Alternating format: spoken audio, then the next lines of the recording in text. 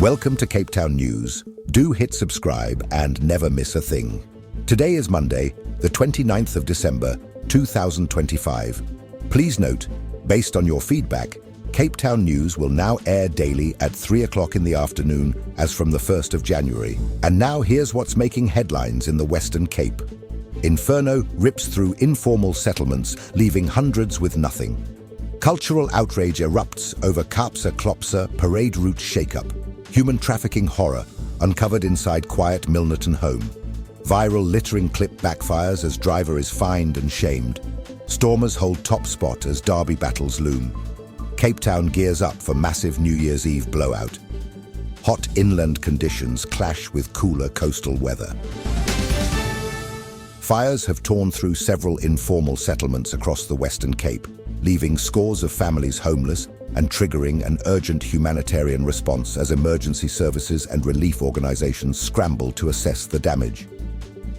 The most severe impact was reported at Imizamo Yethu in Hout Bay, where an overnight blaze destroyed dozens of structures and displaced close to 200 people, forcing families to flee with little more than the clothes they were wearing.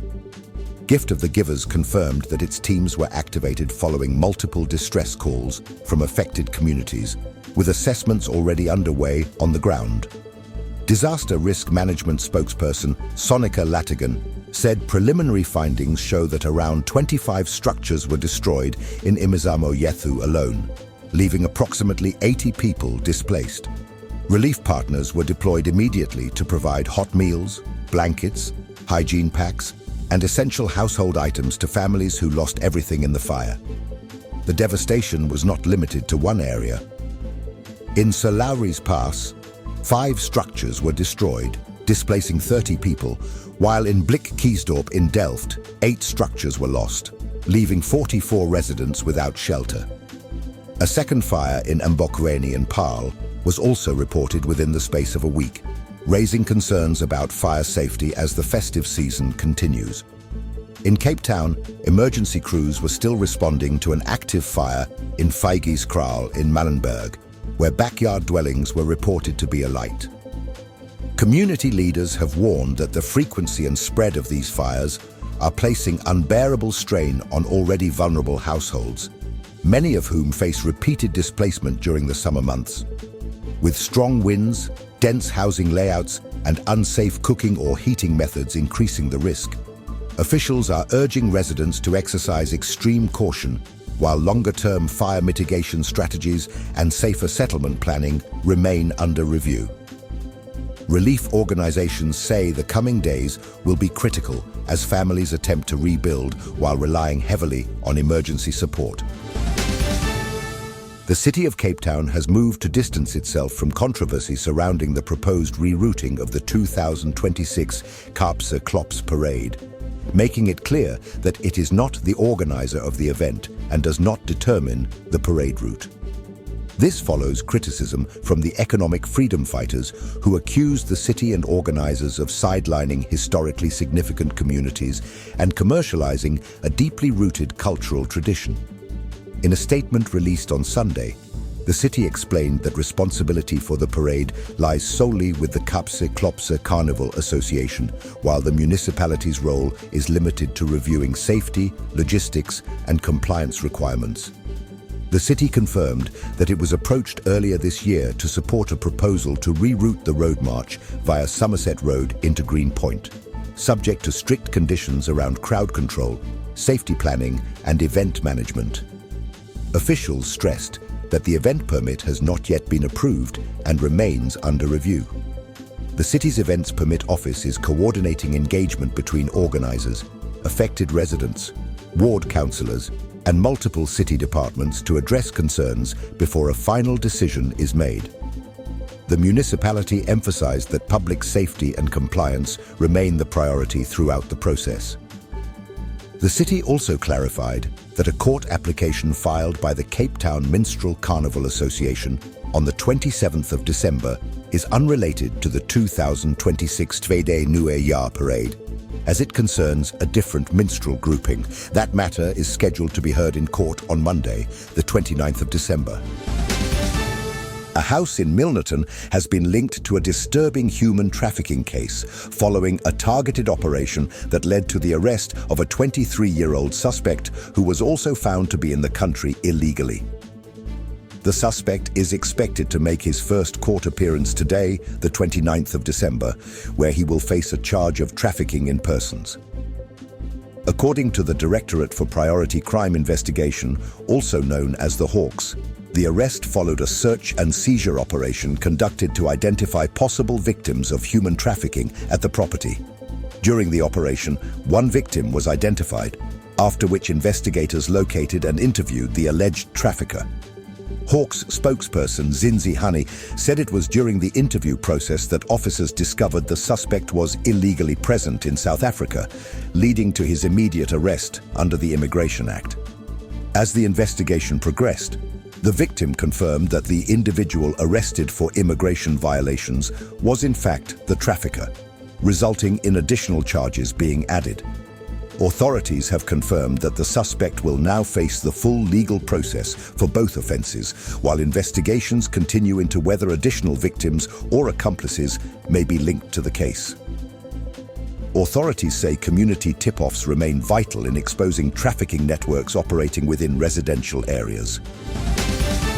A Cape Town motorist has paid a fine after being identified in a viral video showing him littering from his vehicle while stopped at an intersection in the central business district.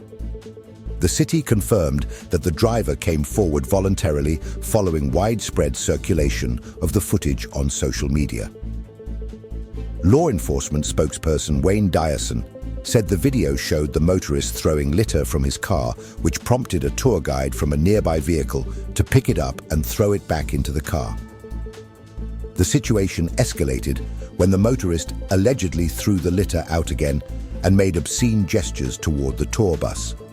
Mayoral Committee member for Safety and Security J.P. Smith shared the incident online, warning that littering is an offence under environmental laws and could result in fines or even vehicle impoundment.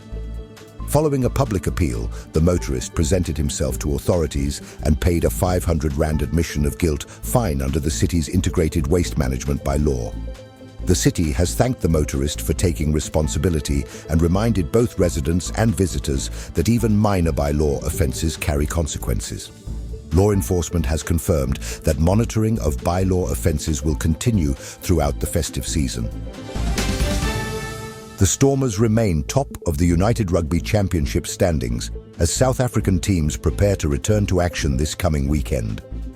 Despite not playing last weekend, the Cape side held on to first place after Munster failed to secure a win against Leinster in a tightly contested derby. Leinster edged Munster in the match, preventing a change at the top of the table and ensuring that John Dobson's side stayed in pole position with a game in hand. The Stormers currently lead the standings ahead of Cardiff, Glasgow and Munster. Cardiff continued their impressive season with a narrow victory over the Dragons, while Glasgow recorded a convincing win against Edinburgh. All South African teams return to action this weekend in derby fixtures that are expected to test squad depth, discipline and early season momentum. Cape Town is preparing to welcome the new year in style with a major New Year's Eve celebration at the V&A waterfront. The iconic destination will host an evening of live music, festive energy, and a spectacular midnight fireworks display as the city rings in 2026. The lineup includes popular local artists Emo and Lukman Adams, Zoe Modiga, Good Luck, DJ Shezi K, and the Starlight Band. Festivities get underway in the early evening and continue into the early hours of the morning, with free entry for all attendees. Organizers are encouraging Cape Townians and visitors to arrive early, soak up the atmosphere, and enjoy one of the city's most anticipated celebrations at one of its most recognizable landmarks. Authorities will maintain a visible security and traffic presence throughout the evening to ensure safety.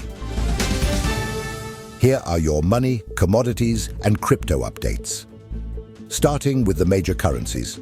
The US dollar is trading today at 16 Rand and 66 cents. The British pound stands at 22 Rand and 51 cents. And the euro will cost you 19 Rand and 63 cents. Moving to the commodities market, gold is priced at 2,419 Rand and 95 cents per gram. Silver is trading at 42 Rand and 52 cents per gram. Platinum is valued at 1,313 Rand and 1 cent per gram. And Brent crude oil is trading at $60.78 per barrel. In the cryptocurrency market, today Bitcoin is valued at 1,487,855 Rand. Ethereum is trading at 50,088 Rand. Meanwhile, Ripple XRP is priced at 31 Rand and 54 cents. And finally, Solana is trading at 2,146 Rand. These figures reflect the latest available market data and may shift as global trading continues through the day. Tomorrow brings a clear contrast across the Western Cape, with hot inland temperatures and milder conditions along the coast. Cape Town will see partly cloudy skies throughout the day, with temperatures reaching a high of 27 degrees and dropping to 18 overnight. Coastal conditions remain comfortable, but sun exposure will increase during the afternoon. Inland areas will feel the heat more strongly. Paarl is expected to peak at 37 degrees with a low of 17, while Stellenbosch climbs to 32 before cooling to 16 in the evening. No rain is expected anywhere in the region, keeping conditions dry through the day.